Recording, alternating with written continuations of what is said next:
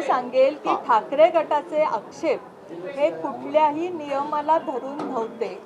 त्यांच्या म्हणण्यानुसार त्यांना मुंबईमध्ये जे आरक्षण पाहिजे होतं त्यासाठी काय करता येईल या पद्धतीचा आरडाओरडा त्यांनी केला. आपण त्यांना बराच वेळा विचारलं की आणि त्यांनी आक्षेप नोंदवणं हा त्यांचा हक्क आहे. त्यांनी जे ऑब्जेक्शन आत्ता घेतलेलं आहे त्याच्यावर प्रशासन आणि आमचं म्हणणं आहे की हे नियमानुसार प्रशासनाने पूर्ण कारवाई पूर्ण केलेली आहे. त्यांचे ऑब्जेक्शन जे काय असेल ते आम्ही विचारात घेऊ.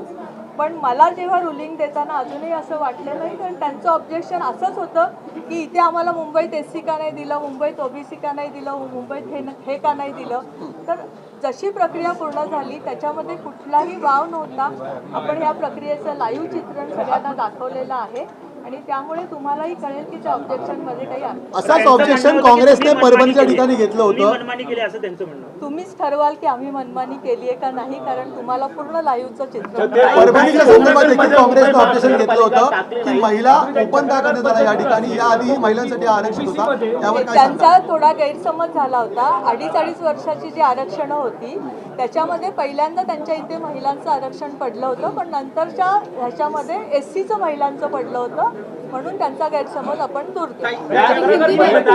ओबीसी महिला तुम्ही टाकलं नाही, ओबीसी मध्ये टाकला नव्हता, हा प्रामुख्याने त्यांचं ऑब्जेक्शन होतं. कारण की ओबीसी झाला नाही, दोन्ही वेळेस झाले आहे, ते सर्वसाधारण झाले मुंबई, अशा पद्धतीचं त्यांचं ऑब्जेक्शन आहे. त्यामुळे कुठेतरी त्यांना प्रक्रियेमध्ये जायचं नव्हतं. त्यांचं म्हणणं होतं की हे झालं नाही, ते झालं नाही, आम्हाला मुंबईला हे आरक्षण पाहिजे होतं. तर तसं होत नाही. प्रक्रिया नियमानुसार जी होते त्याच्यामध्ये जी आरक्षणं पडतात ती आपल्याला प्रक्रियेमधनं तुम्ही सुरुवातीला आज सांगितलं होता की चक्राकार पद्धत कशा प्रकारे होती, त्याच्यामध्ये अल्फाबेटची कशा प्रकारे मांडणी केली आणि कशा प्रकारे महापालिकांची निवड करण्यात आली. जी नामाप्रची आरक्षणं होती, जी आपल्याला 8 लोकसंख्येप्रमाणे आपल्याला 8 द्यायची होती, त्या 8मध्ये आपण कुठंही ह्याच्यामध्ये 29मध्ये ज्या महानगरपालिकेत मागच्या ह्याच्यामध्ये ओबीसीचे आरक्षण पडलेले होते त्या एक्सक्लूड करता आपल्याकडे 3 महानगरपालिका राहिल्या.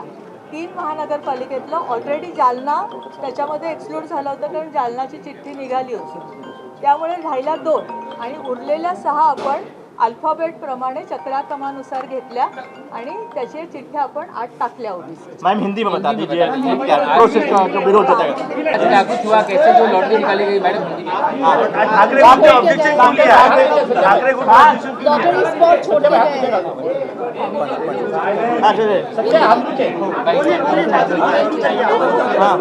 हां हिंदी में बताइए।